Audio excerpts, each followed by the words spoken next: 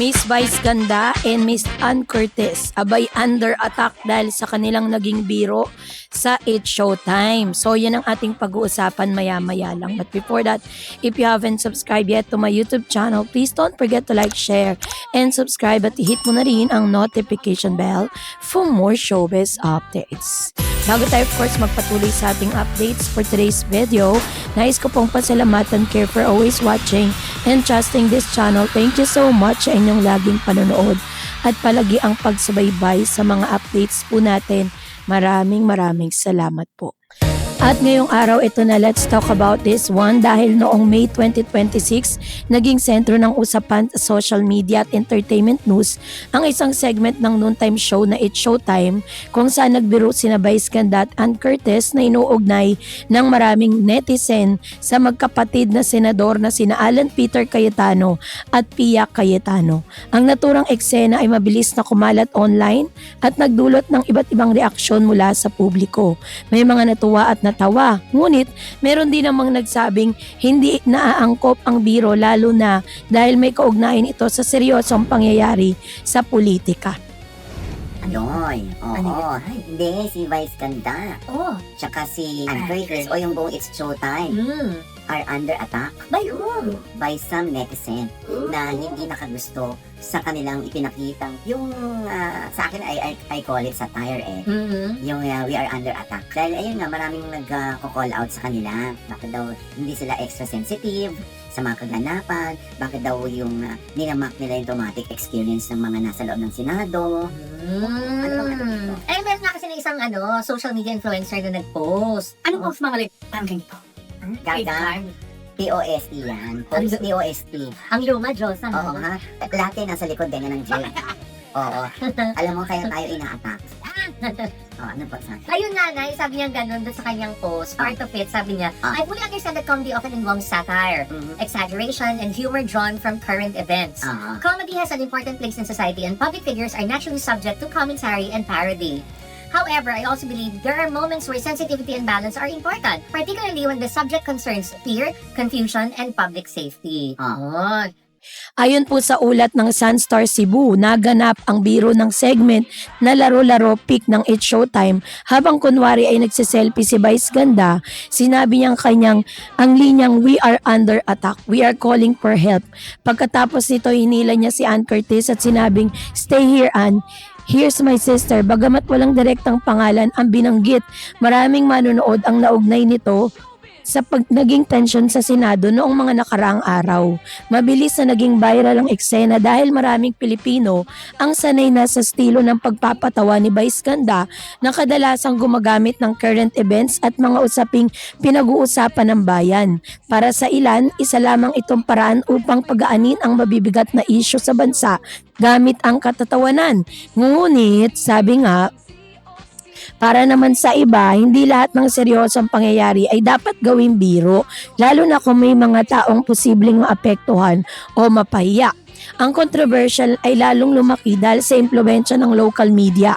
Sa loob lamang ng ilang oras matapos ipalabas ang segment, kumalat na agad ang video clip sa Facebook at dating Twitter, TikTok at Reddit.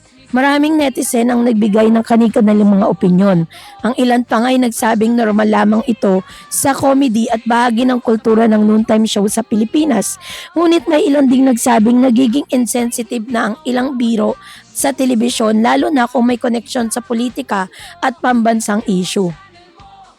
Hindi na bago kay Vice Ganda ang masangkot sa mga kontrobersyang biro.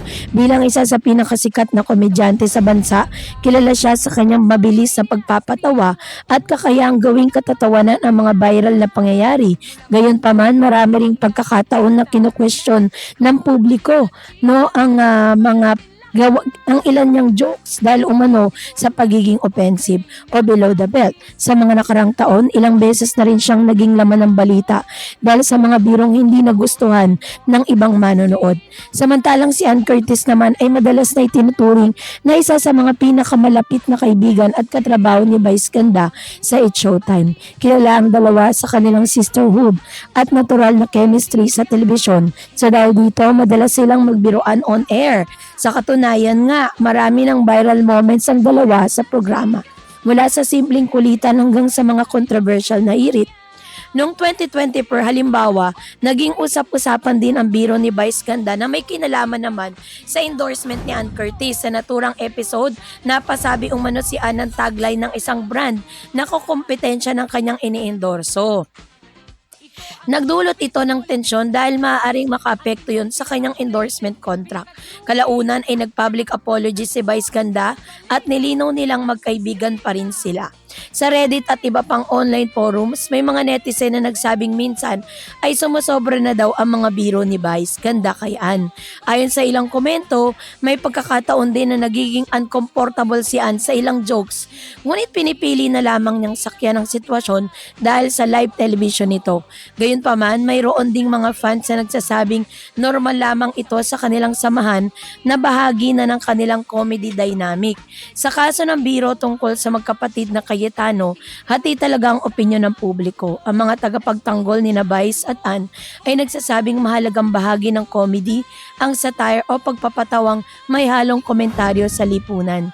Para sa kanila, ang pagpapatawa tungkol sa current events ay paraan upang mailabas sa publiko tungkol sa mailabas ang tensyon sa stress dulot ng mga balita sa politika. Naniniwala silang hindi naman direktang pinangalanan ang mga senador kaya hindi ito dapat seryosohin.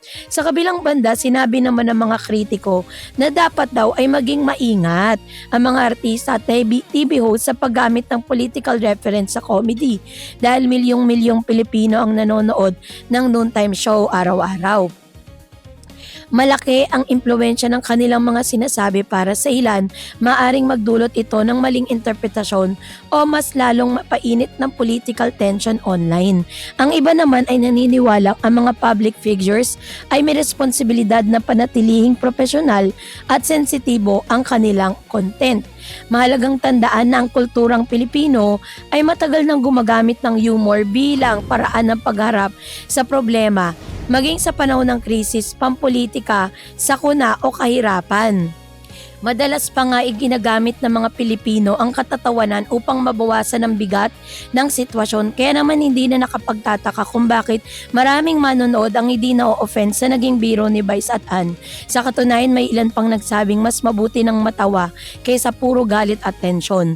Gayunpaman, nananatili pa ring usapin ang limitasyon ng komedya at kung hanggang saan dapat gamitin ang satire sa mainstream media. So ang pangyayaring ito ay nagpakita di umano ng kumpangyarihan ng social media kasi sa kasalukuyang panahon nung maaaring lumipas lamang ang ilang biro sa telebisyon nang hindi gaanong napapansin. Ngunit ngayon anuman sabihin ng isang celebrity ay maaaring i-record o i-share at himayin online sa loob lamang ng ilang minuto. So dahil dito mas naging mabilis ang pagkalat ng kontrobersya at mas tumindi ang public reaction. Sa kaso ni Vice at Ann, hindi lamang entertainment fans ang nag-react kundi maging ang mga taong interesado sa politika at social issues. Makikita rin dito na ang pagbabago na sa pananaw ng publiko tungkol sa comedy. Kung dati ay mas tanggap ang masasakit o mapang-asar na biro, ngayon ay mas marami ng netizen ang sensitibo sa mga usapin ng respeto, professionalism at accountability. So dahil dito, mas nagiging maingat na rin ang ilang celebrities sa kanilang jokes at public statements. Gayunpaman, nananatiling popular si Vice Ganda dahil marami paling Pilipino ang naaaliw sa kanyang estilo ng pagpapatawa at kakayahang gawing relatable ang mga usaping pambansa. Sa uli, ang kontrobersya na biro ni Vice Ganda at Ann Curtis tungkol sa magkakapatid na Cayetano ay naging simbolo ng mas malawak na debate tungkol sa hangganan ng comedy, influensya at celebrities na epekto ng social media sa opinyon ng publiko. Para sa iba, isa lamang itong simpleng biro na hindi dapat palakihin. Ngunit para naman sa iba, paalala ito na kailangan maging responsable ang mga public figures sa kanilang mga sinasabi, lalo na kung may kaugnayan ito sa politics at pambansang usapin. Sa kabila nga ng mga batikos at discussion, nananatiling bahagi ng kulturang Pilipino ang paggamit ng humor para harapin ang mga kontrobersya at hamon sa lipunan. At habang patuloy na nagbabago ang standard ng entertainment at public discourse, malamang na magpapatuloy rin ang debate tungkol sa kung ano ang nakatatawa o ano ang insensitive at ano ang dapat iwasan sa telebisyon at social media. So kayo po, ano po ang inyong saloobin patungkol sa isyong ito? Mag-comment kayo sa comment section. And that's it for today. For more videos and updates, please don't forget to like and subscribe. And please don't forget to follow my Facebook page, Dareds TV and Dareds channel. God bless everyone!